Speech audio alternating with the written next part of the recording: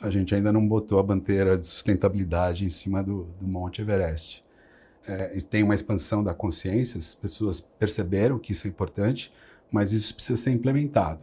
Para o ESG, de fato, trazer alguma transformação, né, ele precisa ser um movimento radical dos negócios.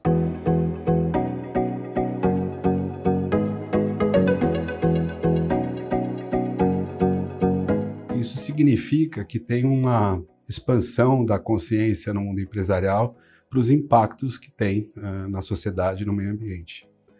Coisa que foi batalhado há bastante tempo. Então, ele é relevante, ele é importante porque as empresas perceberam que não olhar para as questões ambientais, sociais e de governança podem trazer riscos para a perenidade do próprio negócio. No entanto, o ponto que nós levantamos no artigo, poderia ser chamado de uma crítica, é que nós estamos na primeira fase de um joguinho, né? O joguinho não terminou, a gente ainda não botou a bandeira de sustentabilidade em cima do Monte Everest. Tem uma expansão da consciência, as pessoas perceberam que isso é importante, mas isso precisa ser implementado. Então, dentro da própria agenda de responsabilidade empresarial, de incorporar questões ambientais, sociais, de governança, tem muita coisa a fazer. E, mais do que isso, talvez discutir um paradigma. Será que isso é suficiente?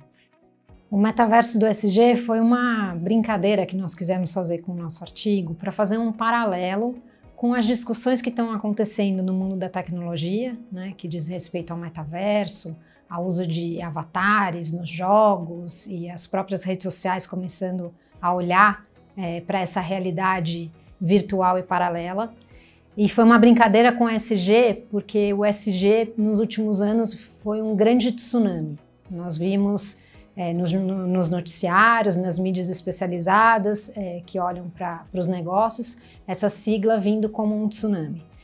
E junto com esse tsunami, a ideia de que as empresas, ao adotarem uma narrativa de ESG, estariam resolvendo todos os problemas relacionados à agenda de sustentabilidade e de desenvolvimento sustentável.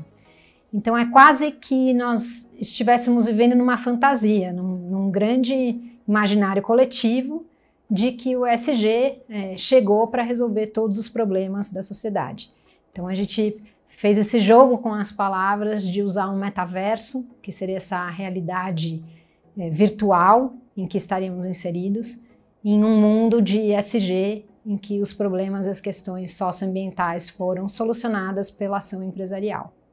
Na Rio+20, o Banco Central Brasileiro pôs para consulta pública uma resolução que, na verdade, trazia duas coisas. Uma, a necessidade do setor financeiro reportar o que está fazendo em termos de sustentabilidade. E dois, o mais importante, dialogando com a questão do risco. Você está olhando para esse tipo de risco, né?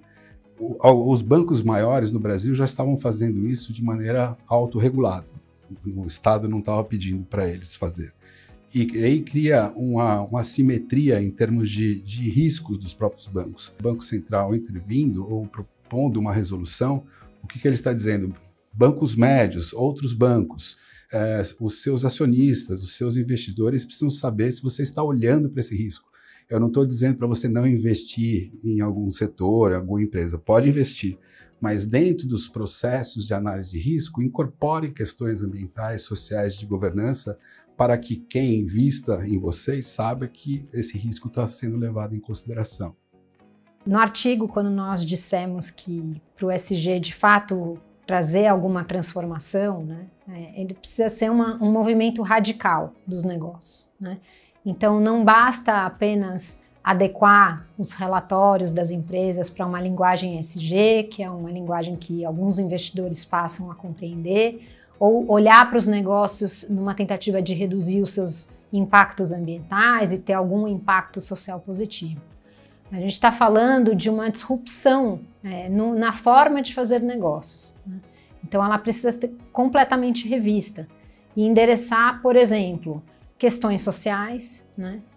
No Brasil, a gente tem questões severas de desigualdade social e de pobreza que precisam ser endereçadas também por meio de uma atuação empresarial, de uma atuação ESG.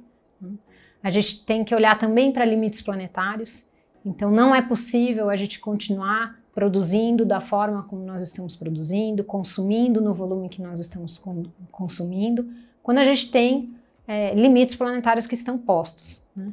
Então, repensar o ESG numa lógica que seja de fato disruptiva inclui a gente olhar para uma economia, não mais uma economia ambiental, em que social, ambiental e econômico estão equilibrados, mas a gente olhar para uma economia ecológica, em que há limites planetários que estão postos, ou seja, o meio ambiente coloca limites a uma atuação, e a economia é um subsistema da sociedade e a sociedade é um subsistema do meio ambiente. Então, olhar os negócios a partir dessa lente de uma economia ecológica é fazer um ESG radical. E, por fim, olhar para alternativas nas formas de organizar. E aí a gente está falando de alternativas sistêmicas.